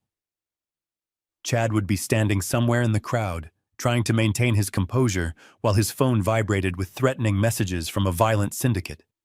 Brooke would be holding my son's hands, smiling brightly for the photographer, while secretly counting down the hours until she could abandon him entirely. And Derek would be standing there completely oblivious, believing he had successfully outsmarted his father and secured his golden future. He traded his own flesh and blood for an illusion of wealth and status. I slowly opened my eyes and looked out at the passing trees. The sun was shining brightly, casting long, dramatic shadows across the winding asphalt road. We were rapidly getting closer to the venue now. I reached down and smoothed out the crisp fabric of my charcoal trousers. The final trap was now perfectly set. The heavy black sports utility vehicle crunched softly against the pristine white gravel of the venue parking area. Martin guided the car into a space near the main entrance, purposely blocking a caterer's van to ensure an immediate exit path. I looked through the tinted glass at the sprawling estate. There were massive floral archways composed of thousands of imported white roses spanning across the perfectly manicured green lawns. A gigantic, pristine white tent was erected in the distance for the reception, with crystal chandeliers hanging from the canvas ceiling. 300 guests were seated in perfect rows of velvet chairs, facing a raised wooden platform overlooking a serene private lake. It was a breathtaking display of absolute financial excess, and every single petal had been financed by the complete destruction of my family. I placed my hand on the door handle. Martin looked at me. "Give them hell, Victor," he said quietly. I pushed the heavy door open and stepped out into the warm afternoon. I walked slowly toward the back of the seating area, keeping my footsteps measured. The ceremony was already in its final stages. A soft, elegant melody was being played by a live string quartet seated to the left of the altar. The guests were entirely captivated, staring forward at the beautiful couple. I stopped at the very end of the long white runner that served as the center aisle. From this vantage point, I had a perfect view of the entire fraudulent spectacle. There was my son Derek, standing tall in his expensive tuxedo. He held Brooke's hands tenderly, entirely convinced that he was the king of his newly stolen world. Brooke stood opposite him, looking radiant in a custom designer gown. Her smile was incredibly bright, but I knew it was hollow. I scanned the crowd and easily spotted Chad sitting in the third row. He was constantly shifting in his seat, occasionally glancing down at a cell phone hidden in his palm. The loan sharks were likely already trying to reach him. The priest spoke about trust and honesty. The sheer hypocrisy made my chest tight. I could not let him finish that sentence. I took a step forward onto the pristine white fabric of the aisle. Near the back row, there was a small technical table where a young sound engineer was monitoring the audio feed for the priest's microphone and the string quartet. I walked directly over to the table. The young man looked up, completely confused by my sudden appearance. Before he could ask if I needed a seat, he reached down and firmly pulled the main power cable connecting the mixing board to the massive venue speakers. A loud popping sound echoed across the entire estate, followed instantly by absolute dead silence. The string quartet stopped playing in sheer shock. The priest's voice was completely cut off, leaving him mouthing words into a dead microphone. 300 heads turned simultaneously to look toward the back of the lawn. A collective gasp rippled through the crowd of wealthy guests. I stepped back into the exact center of the white runner. I stood perfectly straight, my tailored charcoal suit cutting a sharp contrast. I began to walk down the aisle, keeping my eyes locked dead ahead on the altar. At the front of the platform, Derek peered past the rows of guests, trying to see what had caused the disruption. When his eyes finally found me, his entire physical demeanor collapsed. The confident, proud groom completely vanished. The blood drained entirely from his face, leaving him looking like a terrified child. He dropped Brooke's hands, taking a stumbling step backward. He was staring at a ghost, a man he thought he had successfully buried the night before. But the shock only lasted for a few seconds, before it was replaced by pure, frantic fury. His face flushed a deep, angry red. He turned toward the perimeter of the lawn and began gesturing wildly to a pair of burly private security guards hired to keep the event exclusive. "Get him out of here!" Derek shouted, his voice cracking with panic. "Remove him right now!" Brooke spun around, her heavy dress twisting violently. The perfect fake smile was instantly replaced by a mask of absolute hatred. She leaned forward, gripping her bridal bouquet tightly. "What are you doing here, you crazy old man?" she screamed. "Someone get this broke, pathetic loser out of my wedding right now." The two security guards began to jog down the side aisles to intercept me. Murmurs of confusion and alarm spread rapidly through the seated guests. People were whispering, asking each other who I was and why I was ruining the day. Chad stood up in the third row, his face a mixture of confusion and dread. I ignored all of them. I ignored the guards closing in. I ignored my sons, frantic shouting. I ignored the bride screaming insults at me from the altar. I kept walking, stepping firmly onto the first wooden stair of the raised platform.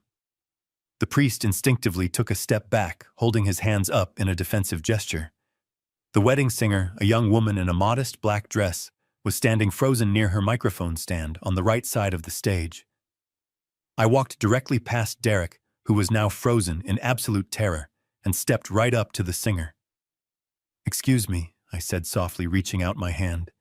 She was so shocked by my calm, authoritative presence that she simply let go of the microphone and stepped away. I gripped the heavy metal handle of the microphone. I turned around to face my son, my future daughter-in-law, and their 300 horrified guests. The security guards reached the bottom of the stairs, but stopped completely unsure of whether to tackle an elderly man in a custom suit. I looked directly at Derek, who was shaking with rage. I brought the microphone up to my mouth. I did not shout. I did not raise my voice in anger. I held the microphone close to my mouth and spoke with a voice so profoundly calm that it sent a visible shiver through the front rows of the audience. "Derek," I said, allowing the massive speakers to carry my words across the quiet lake. "You told me yesterday that I was a confused old man. You told me to go find a cheap motel and wait for a nursing home. You said you were taking control of my assets to protect my future." I watched him swallow hard, his throat bobbing nervously above his tight bow tie. Brooke stepped slightly behind him, using him as a physical shield. Her eyes were darting toward the security guards, silently begging them to intervene. But the guards simply stood at the bottom of the wooden stairs, entirely captivated by the bizarre drama unfolding before them. I reached into the inner breast pocket of my suit jacket. For a brief second, several people in the crowd gasped, perhaps thinking I was reaching for a weapon. But I simply pulled out my smartphone. I brought it up to eye level and unlocked the screen. "I am not here to make a scene." I continued, my voice echoing off the white canvas of the reception tent. "I am simply here to deliver my wedding gift." I noticed a thick black auxiliary audio cable resting on the technical table beside the singer's stand. It was the input line used to play the instrumental backing tracks. I walked over and picked up the metal connector. I plugged it directly into the bottom of my phone. A low static hum vibrated through the massive speaker system, indicating a live connection. The entire venue fell into a state of absolute suspended animation. Not a single person moved. The gentle rustling of the wind through the imported white roses was the only natural sound left in the world. I opened my encrypted file manager and selected the audio track I had downloaded in Martin's office just hours ago. It was the pristine high-definition audio recording from my living room camera. I looked directly at Brooke. Her face was completely drained of color. She realized what was happening, but she was entirely paralyzed by the sheer terror of the moment. I pressed the play button on my screen. For 2 seconds, there was nothing but the sound of digital silence. Then a voice boomed across the $200,000 estate. It was Brooke's voice, perfectly clear and undeniably authentic. "It is finally going to happen now." The recorded voice of Brooke echoed over the perfectly manicured lawns. A second voice joined hers. It was the deep, arrogant tone of Chad.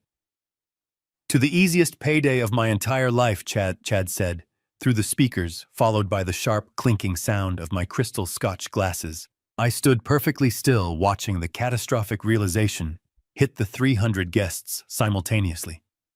The recording continued, broadcasting their absolute treachery to the wealthy crowd. "I cannot believe Derek actually bought the whole story," the recorded. Brooke laughed, her voice sounding harsh and incredibly cruel, amplified at this volume. "He thinks he is a financial genius." The crowd let out a collective gasp of pure horror. Women covered their mouths in shock. Men stared in absolute disbelief. Then Chad's recorded voice delivered the final devastating blow. "Derek is an absolute moron," Chad declared over the speakers. "He literally handed me the deed to $1 million property for half the price. Once the wedding is over and the ink is dry on that wire transfer, we are going to disappear. And Derek is going to be left standing at the altar with absolutely nothing but a massive charge." The audio recording continued without any mercy.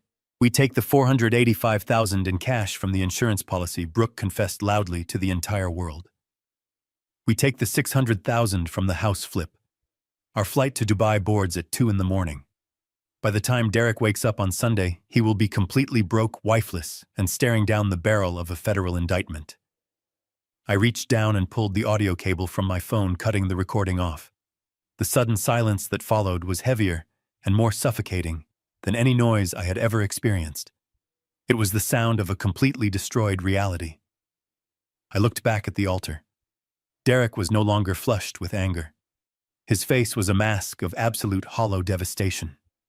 He slowly turned his head to look at Brooke, the woman he had betrayed his own father for, the woman he thought he was building a golden empire with. Brooke was physically shaking. She raised her hands defensively, shaking her head side to side, trying to mouth the words that it was fake, but no sound came out. The evidence was far too perfect, and the voices were entirely undeniable. Derek looked down at his hand, which was still lightly touching hers. He pulled his hand away violently, as if her skin was suddenly made of burning acid. He stumbled backward, almost tripping over the train of her expensive designer dress. He clutched his chest, his breathing rapid and shallow. "Brooke, look at me." Derek gasped, his voice breaking completely. "Tell me that is not real. Tell me you did not plan to leave me with a federal felony." Brooke simply began to cry. Not tears of remorse, but tears of a trapped animal realizing the cage had slammed shut. In the third row of the guest seating, a sudden movement caught the corner of my eye. Chad had realized that his entire scheme was violently exposed. He knew the bride was ruined and the money was gone. He slowly stood up from his velvet chair, trying to keep his head down. He began quickly shuffling sideways down the long, carpeted row. I watched Chad moving desperately toward the edge of the seating area, trying to slip away into the shadows of the large white reception tent. I brought the microphone back up to my lips. "Going somewhere, Chad?" I asked, my voice cutting through the thick silence like a sharpened blade. Every single head in the audience snapped around to look at the muscular fitness trainer who was now frozen halfway down the aisle. "You might want to stay exactly where you are," I advised him. "The exits are no longer a viable option for you." I turned my attention back to my son. Derek was staring at the ground, his chest heaving as he struggled to process the monumental collapse of his entire reality. He looked up at me, his eyes begging for some sort of reprieve, begging for this to be a terrible nightmare, but there was no mercy left in my heart for the boy who had tried to erase me. "You thought you were incredibly clever, Derek," I said, my words rolling across the quiet lake behind him. "You thought you could just declare me incompetent and liquidate my entire life to pay for this ridiculous charade. You went into my home office and you found the deed to my house. You took it to a shady buyer thinking you were making the ultimate real estate deal. You thought you sold my house to fund your new perfect life." I took a slow, deliberate step closer to him. The security guards had completely backed away, realizing they were witnessing a family execution rather than a physical threat. "Let me educate you on how real wealth is actually protected, Derek. The deed you stole was nothing but a high-quality replica. It was a dummy document I kept in my desk for exactly this kind of foreseeable betrayal. 5 years ago, I transferred all of my major assets, including the actual legal title to that property, into an irrevocable blind trust. I do not legally own that house anymore, and neither do you. You forged my signature on a temporary power of attorney that had been expired for 8 months to sell a property that you had absolutely zero legal claim to. You did not sell $1 million estate to a private buyer. You committed massive document forgery and sold a worthless piece of paper to a shell company." Derek swayed on his feet, visibly dizzy from the relentless barrage of truth. He reached out to grab the wooden railing of the altar to keep himself from collapsing onto the floor. The guests were whispering frantically to each other, now the scandal completely consuming the wealthy crowd. Brooke was sobbing uncontrollably, her hands covering her face, her expensive makeup running down her cheeks in dark, ugly streaks. But I was not finished dismantling his stolen empire. And then there is the matter of the $485,000. I continued, raising my voice just enough to silence the murmuring crowd. You thought you could just wire $500,000 of your dead mother's life insurance money across state lines without triggering a single alarm. You thought my banking security was as weak as your moral compass. That money did not just quietly settle into your new joint account in Texas. Because of the security protocols I personally established, that massive transfer was immediately flagged as a severe anomaly. I reported the fraudulent transaction to the authorities late last night. The Federal Bureau of Investigation Cybercrimes Division officially opened a case at 3 o'clock this morning. You did not just steal from your father, Derek. You committed federal wire fraud.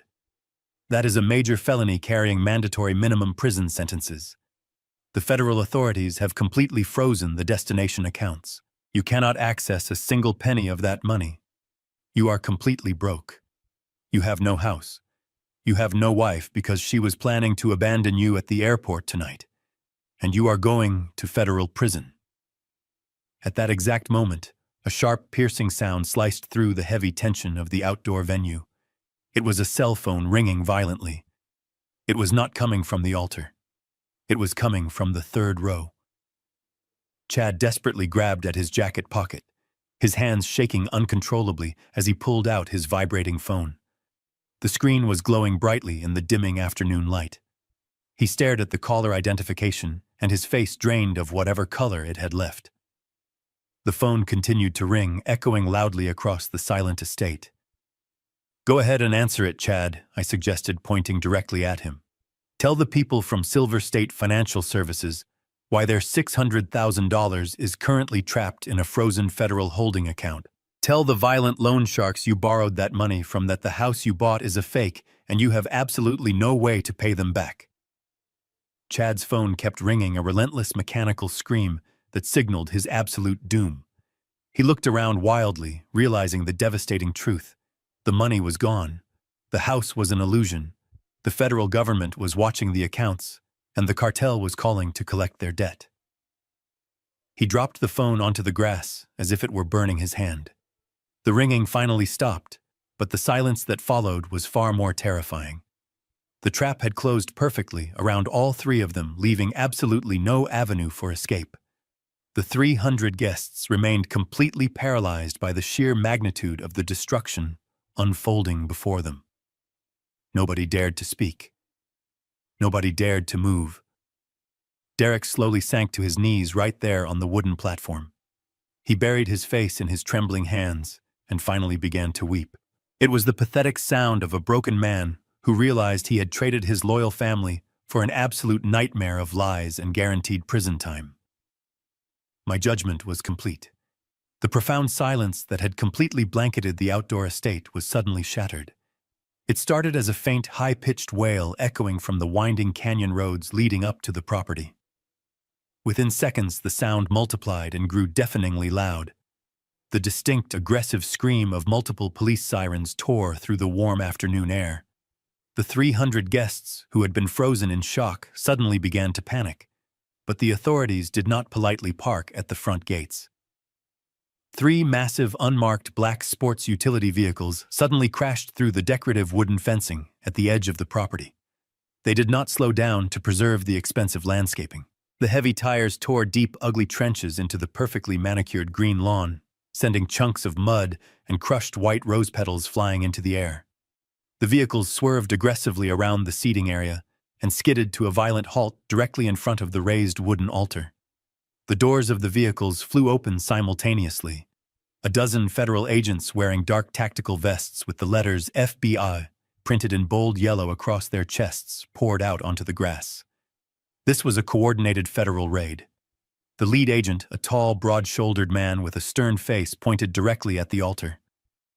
"Nobody moves," he shouted, his voice easily carrying over the lingering wails of the sirens. "Secure the perimeter and identify the primary targets." 2 agents sprinted up the wooden stairs of the platform. Derek was still kneeling on the floor, his face buried in his hands. He did not even attempt to run or fight back. He was completely broken. An agent grabbed him roughly by the shoulder, pulling him up to his feet. "Derek Gallagher, you are under arrest for suspicion of federal wire fraud, aggravated identity theft, and conspiracy to commit financial fraud." the agent recited while forcefully spinning my son around. Derek offered zero resistance as the cold steel handcuffs were clamped tightly over his expensive tuxedo cuffs. He looked at me one last time, but I offered him absolutely no comfort. I stared back at him with the cold, detached gaze of a man who was simply watching a criminal being processed. His shoulders slumped forward in utter defeat. Down in the grass near the third row, Chad was having a very different reaction. When the agents approached him, his fight-or-flight instinct kicked in. He tried to shove past a federal officer to make a run for the reception tent. But Chad was a fitness trainer built for looking good in mirrors, not a trained combatant. 2 agents tackled him instantly, driving him hard into the muddy trenches left by the vehicles. They pinned his heavily tattooed arms behind his back and secured him in heavy restraints. He shouted obscenities, but his voice was trembling with the absolute certainty of his impending doom. On the altar, Brooke was watching her entire universe violently disintegrate. The wealthy guests she had tried so desperately to impress were now pulling out their cell phones filming the humiliating spectacle. Her brand was permanently destroyed. The money was completely gone. The man she was using was in handcuffs, and her secret lover was pinned face down in the mud. The sheer terror of her reality finally broke her carefully constructed facade. She dropped her expensive bridal bouquet, allowing the delicate flowers to scatter across the wooden planks. She stumbled forward, her heavy designer gown dragging behind her. She threw herself entirely onto her knees, right at my feet. The pristine white silk of her dress instantly absorbed the dirt from the stage. "Victor. Please," she sobbed hysterically, looking up at me with wide, terrified eyes. Her makeup was entirely ruined, making her look like a terrifying, ghostly apparition. "You have to tell them I had nothing to do with this. You have to save me." It was all Chad. He manipulated me. He forced me to go along with it. I never wanted to hurt you. I love Derek. Please, Victor, you cannot let them take me to prison. I cannot survive in a place like that. She reached out with her trembling hands, grabbing the bottom of my tailored suit trousers, her fingers clutching the expensive fabric like a drowning woman clinging to a life raft. She was willing to throw everyone under the bus just to save her own skin. She cried harder, begging for any tiny shred of mercy. She promised to testify against the men she claimed to love if I would just speak to the federal agents on her behalf. I looked down at the woman kneeling in the dirt at my feet. I did not feel a single shred of sympathy. I simply felt an overwhelming sense of disgust. I reached down and firmly pried her fingers off my trousers, stepping back to create a physical distance between us. I did not raise my voice, but I made sure she could hear every single syllable clearly. You made your choices, Brooke. I said, my tone completely devoid of any emotion. You orchestrated the theft of a dead woman's legacy. You mocked my supposed illness. You sat in my living room and laughed while you planned the total destruction of my family. I reached into the front pocket of my trousers. My fingers brushed against the folded piece of paper I had kept exactly for this moment. I pulled it out and slowly unfolded it, smoothing the creases. It was the crisp, new $100 bill she had shoved into my chest the night before. I held it between my index and middle fingers, just like she had done. I looked into her sobbing, desperate eyes. I let the bill slip from my fingers. It fluttered gracefully through the air, catching a brief breeze before landing softly directly in her lap. You should take a taxi, Brooke, I said, my voice cold and absolute. Your perfect aesthetic is completely ruined. 6 months have passed since that spectacular afternoon. The crisp autumn air has now settled over Austin, bringing a quiet peace that I have not felt in a very long time.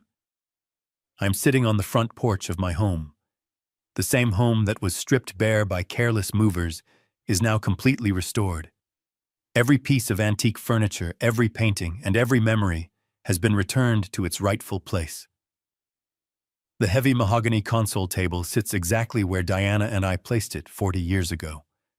The polished wood gleams under the soft morning light, reminding me that some foundations simply cannot be broken. I hold a steaming cup of black coffee in my hands, watching the morning sun filter through the leaves of the large oak tree in the front yard. The house is quiet, but it no longer feels hollow. It feels incredibly safe. The storm that ripped through my life has finally passed, leaving behind a perfectly clear sky. The justice system moved with surprising speed once the evidence was presented. Derek did not even attempt to fight the charges. When faced with the undeniable audio recordings, the forged documents, and the massive wire fraud evidence, his public defender advised him to take a plea deal. My son, the boy who thought he was a financial genius, is currently serving a 5-year sentence in a federal correctional facility. He writes me letters occasionally. The envelopes arrive stamped with the strict seal of the federal prison system. I read them carefully, but I do not reply. The letters are full of desperate apologies, but they read more like the regrets of a man who is incredibly sorry. He got caught rather than a man who is truly sorry for what he did. He constantly complains about the harsh reality voice of his concrete cell and the complete loss of his luxurious lifestyle. Perhaps in 5 long years, he will finally learn the absolute value of an honest dollar. Brooke did not fare much better. She tried desperately to spin a false narrative of victimhood, claiming she was entirely brainwashed by the terrible men in her life. The federal prosecutors did not believe a single word of her tearful performance. She is currently under an intense federal investigation for criminal conspiracy, and her precious social media aesthetic is completely obliterated. The wealthy friends she tried so hard to impress completely abandoned her the exact moment the handcuffs came out. Nobody wanted to be associated with a high-profile federal fraud case. She now lives in a tiny, cramped apartment working a grueling minimum-wage retail job just to pay her constantly mounting legal fees. Every day is a bitter reminder of the incredible wealth she threw away out of sheer endless greed. As for Chad, his fate was decided entirely outside the traditional courtroom. When the federal government seized the fraudulent holding account, the $600,000 he borrowed from Silver State Financial Services was permanently confiscated as illegal proceeds of a severe financial crime. The incredibly violent loan sharks did not care about federal holds or official court orders. They only cared that their massive investment was completely gone. Chad practically vanished into thin air exactly 3 days after the disastrous wedding ceremony. Rumor has it he fled the state entirely, leaving behind his leased luxury cars and his failing fitness business. He is spending the entire rest of his miserable life constantly looking over his shoulder, jumping at every single shadow, knowing the cartel will never stop hunting him down. He traded a secure, comfortable life for a quick payout and successfully bought himself a permanent waking nightmare. A sleek black car pulls into my driveway, interrupting my quiet reflections. Martin steps out carrying a thick leather briefcase. He walks up the familiar stone steps and hands me a pristine stack of formal legal documents. "Good morning, Victor," he says with a very warm, genuine smile. "Today is the day, my friend." I set my warm coffee down on the table and take the heavy silver pen he offers me. The crisp white papers in front of me represent the absolute culmination of my sacred promise to Diana. The federal court not only fully restored the stolen $485,000 to my primary account, but they also released the seized $600,000 cartel funds as direct restitution for the severe emotional and financial damages inflicted upon my estate. With a few precise, deliberate strokes of the pen, I sign the final establishing charters. The massive sum of money is officially transferred. The defunct community center on the east side of town has been completely purchased and fully renovated to the highest possible standards. Next week, we will cut the bright red ribbon and officially open the doors to the Diana Gallagher Youth Shelter. It will serve as a safe haven for innocent children who have nowhere else to go. Children who desperately deserve a chance to build a real family. It is a legacy of absolute kindness, beautifully built from the terrible ashes of profound human greed. I hand the signed legal documents back to Martin. He respectfully nods his head in deep admiration and quietly returns to his idling car, leaving me completely alone with my final thoughts. I look out over the beautiful garden Diana planted so many years ago. The bright flowers are blooming against the crisp autumn chill.